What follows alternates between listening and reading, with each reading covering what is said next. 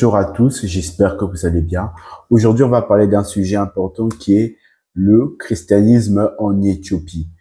Récemment, il y a un commentaire que j'ai reçu où quelqu'un m'a demandé de me documenter et d'en parler. Ça ferait un bon titre de sujet.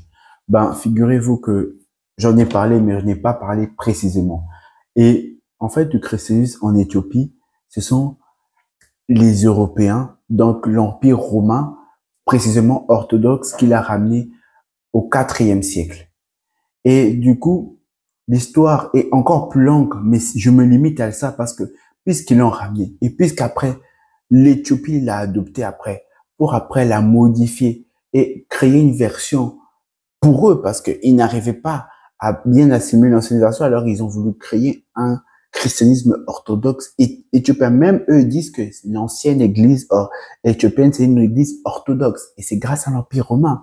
Donc arrêtez de vous fourvoyer et de croire que ces gens-là n'ont pas été colonisés. Ils ont été colonisés, donc il n'y a aucun rapport.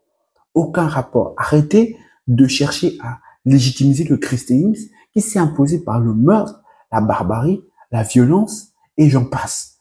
Il n'y a pas question de religion.